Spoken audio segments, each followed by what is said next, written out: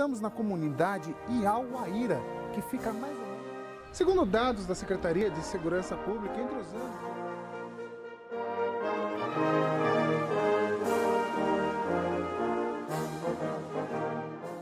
Hoje nós vamos conhecer a história da primeira estrada aberta no estado de São Paulo, que teve como objetivo fazer o escoamento dos produtos que chegavam da Europa no Porto de Santos e que tinham como destino a capital paulista e o interior do estado.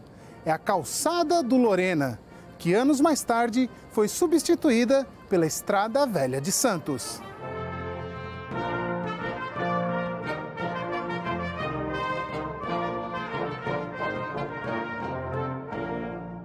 A Calçada do Lorena foi considerada uma das maiores obras de engenharia no tempo do Brasil colônia, já que o seu traçado teve que transpor os mais de 700 metros de desnível, representados pela Serra do Mar, numa região de mata densa e altos índices pluviométricos. Uma das viagens mais importantes realizada nesta estrada foi a de Dom Pedro I, que subiu a serra em direção a São Paulo, onde proclamou em 7 de setembro de 1822 a independência do Brasil. A Calçada do Lorena representou muito para o transporte de produtos entre o litoral e o Planalto. A Calçada do Lorena é um caminho de 1792, né, quem mandou construir ela foi o Bernardo José Maria de Lorena, que foi o governador da capitania de São Paulo na época. Né? É um caminho calçado em pedras, todo em zigue-zague, por conta da topografia da Serra do Mar, e onde passavam mais mulas e burros carregando açúcar, tabaco, né, e algodão. Tudo que chegava da Europa, do Porto, para subir a Serra do Mar, era por a Calçada Lorena. Então a calçada ligava o interior de São Paulo ao Porto. Então tudo que era produzido também nas vilas do interior de São Paulo, descia aqui a Serra do Mar, pela Calçada de Lorena. Com o passar do tempo, o caminho se tornou um problema para o escoamento das mercadorias, e em 1846 começou a se traçar uma nova rota entre o litoral e o Planalto. Nesta época, o imperador Dom Pedro II havia conquistado a sua maioridade antecipadamente, e em homenagem a este momento marcante da história do país, a nova ligação passa a se chamar Estrada da Maioridade. Em 1922, foi erguido um monumento para perpetuar o feito, o Rancho da Maioridade.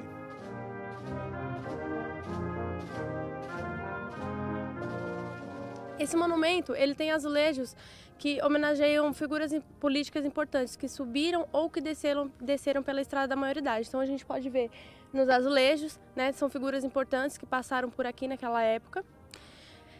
Mais pra frente, lá em cima, também tem um outro painel de azulejos que homenageia as primeiras igrejas construídas. Então a gente tem um painel de azulejos com Itanhaém, que é onde foi construídas as primeiras igrejas. E na frente do monumento, na parte superior em cima, tem um outro painel de azulejos com o brasão do Império de Portugal. Tá?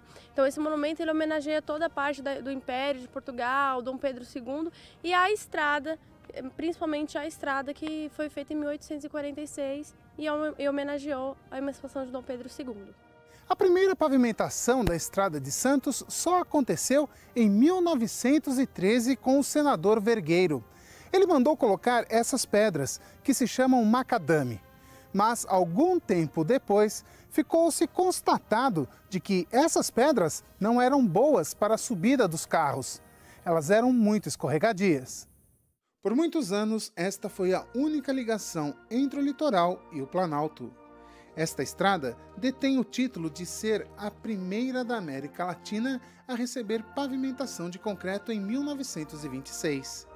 Encravada na Serra do Mar, ela sofreu com a falta de cuidados, a ação implacável da natureza, o ataque do homem, até que em 1992 chegou o momento de se fechar este patrimônio para tentar preservar o que sobrou e recuperar o que foi destruído. Que uma época a estrada foi muito abandonada, né? Então o pessoal deixava lixo, os monumentos hoje que foram restaurados, eles eram pichados, o pessoal dormia aí dentro. Esse aqui, o Rancho da Maioridade, onde nós estamos, chegaram a botar fogo nas portas, janelas, né? E ele teve esse restauro e hoje a criação desse polo é justamente para isso, para estar preservando, né, tanto a natureza quanto os monumentos que têm um grande valor histórico e cultural aqui para a região do ABC. Para se construir esta ligação, que recebeu vários nomes com o passar do tempo, foi necessária muita coragem. As subidas são íngremes, a vegetação fechada e um desnível de mais de 700 metros. A calçada do Lorena, aberta no final do século XVIII, foi uma variante do caminho aberto pelo padre José de Anchieta em 1554.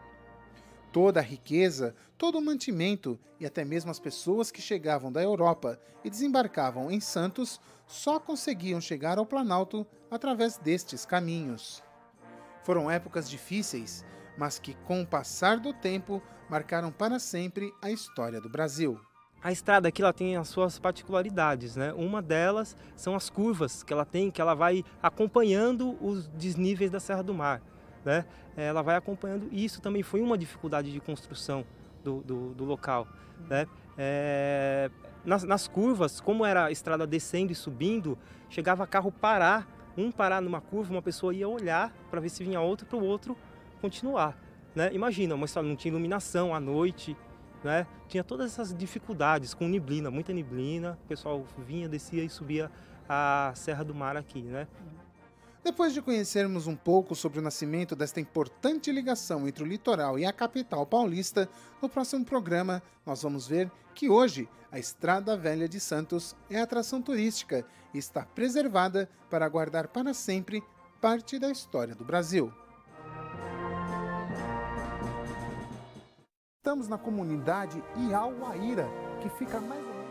Segundo dados da Secretaria de Segurança Pública, entre os anos...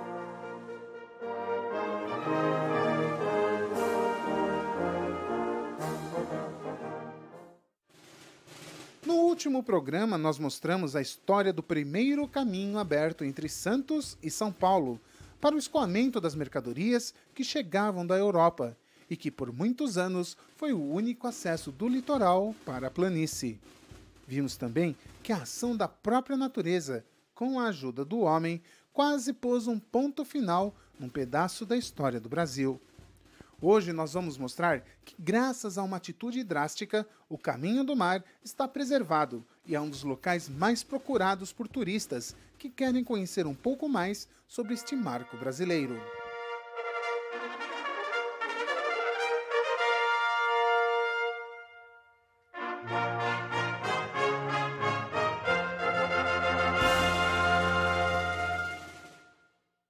A viagem começa no quilômetro 42 da rodovia SP-148. Logo na entrada, o visitante percebe que está chegando a um polo cultural ecológico. Daqui até o final do trajeto, serão 8 quilômetros de descida, vislumbrando uma das paisagens mais bonitas do estado de São Paulo, que mistura serra e mar. Logo que o turista começa o seu passeio pelo Caminho do Mar, a primeira parada é o Pouso Paranapiacaba. Esta casa de pedra construída em 1922 e que serviu como área de descanso para os motoristas que subiam e desciam a Serra do Mar. Localizado no topo da serra, o Pouso Paranapiacaba, que em tupi significa lugar do qual se vê o mar, foi erguido em 1922, em comemoração ao centenário da proclamação da independência do Brasil. E por muitos anos serviu como ponto de apoio aos motoristas que desciam ou subiam a serra. O estilo português fez com que muita gente, ao longo dos anos, acreditasse que este monumento foi construído por Dom Pedro I e dado de presente para a Marquesa de Santos. Mas Dona Domitila de Castro morreu 50 anos antes da casa ser projetada. O arquiteto chamado Victor de Brigat construiu a arquitetura dessa casa muito parecida com as casas que temos em Portugal, no que tem em Portugal, né? Então a arquitetura desse jeito aqui em pedras mostra um pouquinho dos azulejos que foram trazidos de Portugal para cá, foram pintados pelo José West Rodrigues, que é um artista plástico conhecido também, ele pintou os azulejos que tem no local também. Descer a Estrada Velha de Santos é fazer uma viagem no tempo. Tempo que nos remete ao ano de 1922, quando os monumentos, que hoje fazem parte do acervo, foram construídos. E um destes monumentos é esta ruína. São de uma antiga casa, que não se sabe bem ao certo a quem serviu. Alguns acreditam que o engenheiro responsável pela obra de pavimentação da estrada morou aqui. Outros acham que serviu de alojamento para os operários. Independente de quem passou por aqui, hoje ela faz parte da paisagem local.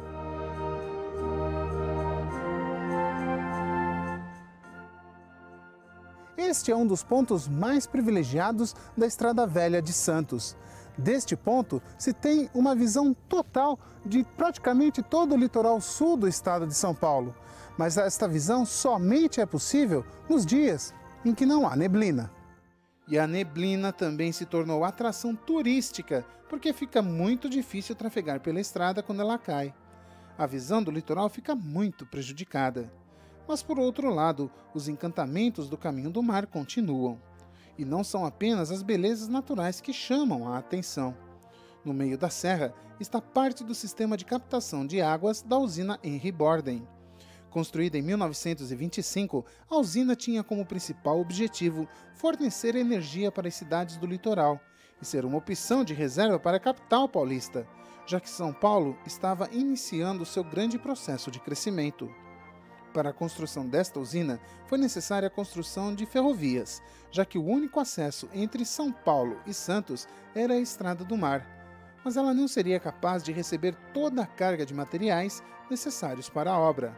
Foi construído um ramal, que hoje serve como linha de manutenção nos dutos, que transportam a água da represa Billings para a usina em Cubatão. São 8 dutos por onde passam 157 metros cúbicos de água por segundo. E esta obra, que rasga a serra de cima a baixo, pode ser vista de longe.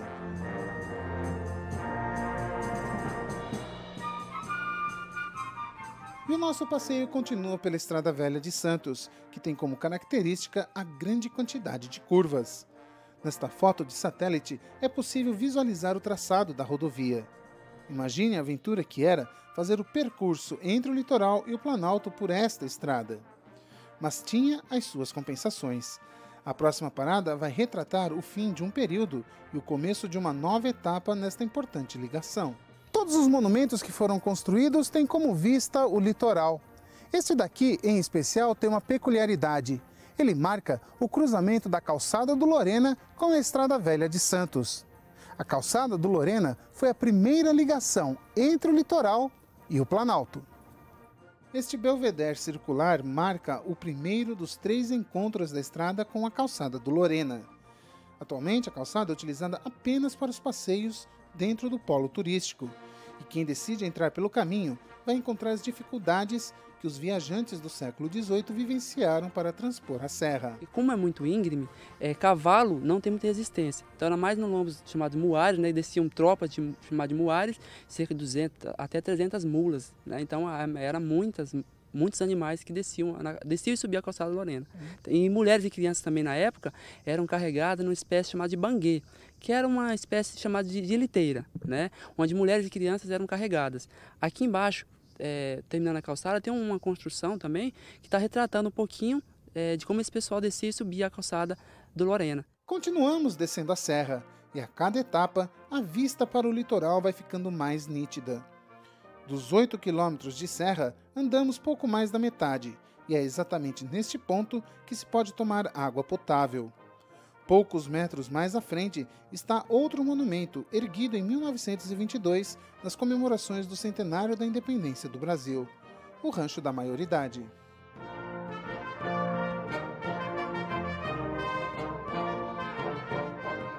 Em homenagem à Estrada da Maioridade, que foi feita em 1846. Em 1846, essa estrada chamava Estrada da Maioridade, em homenagem à emancipação de Dom Pedro II. Então, alusivo à estrada, o monumento passou a se chamar Rancho da Maioridade. O monumento conta ainda com azulejos vindos de Portugal, que retratam a subida da serra por figuras ilustres do século XIX. Outro painel faz uma homenagem às igrejas construídas na época, e no topo da construção existe um brasão da coroa real portuguesa no Brasil. A diversidade de monumentos torna o passeio cada vez mais interessante. E apenas 200 metros do rancho, um novo ponto de visitação, o Padrão do Lorena. Este é o terceiro e último encontro entre a Calçada do Lorena e a Estrada Caminho do Mar. Tanto o Padrão quanto a calçada receberam este nome em homenagem a Bernardo José de Lorena, governador da capitania de São Paulo, que mandou construir a calçada. Esse monumento aqui, ele mostra aqui no painel dele de azulejo a cena, né, dos tropeiros e as mulas subindo com as mercadorias a calçada do Lorena. Né? Lá no teto nós temos aquele globo, né, que aquela lá é aquela bola se chama esfera milar, ela é o símbolo da coroa portuguesa. Nós temos também o retrato do Bernardo José Maria de Lorena, que está no teto lá do portal, pintado no azulejo. E o monumento ele marca o final do trecho C da calçada do Lorena. A partir deste ponto, há um longo trecho sem monumentos. Porém, quem visita a Estrada Caminho do Mar ainda vai se deparar com algumas belezas naturais, como por exemplo, quedas d'água, onde muitas vezes se faz uma parada para refrescar. A mata ainda é nativa e é possível, com muita sorte, avistar espécies de animais, como a arara e o macaco-prego. O passeio termina na Baixada, ao lado da refinaria Presidente Bernardes da Petrobras. Mas antes de finalizar, o turista vai encontrar o pontilhão da raiz da serra, que foi construído junto com o fim da pavimentação com o asfalto da estrada. Do pontilhão mesmo ficaram apenas as colunas. São 219 anos de história ligando o litoral a São Paulo, enfrentando desafios, transpondo barreiras, superando a ação degeneradora do homem e hoje preservada para manter viva esta parte da vida do Brasil. História contada em cada curva, cada monumento, cada queda d'água e, por que não dizer, em cada uma destas árvores. A Estrada Velha de Santos é um patrimônio histórico do nosso país.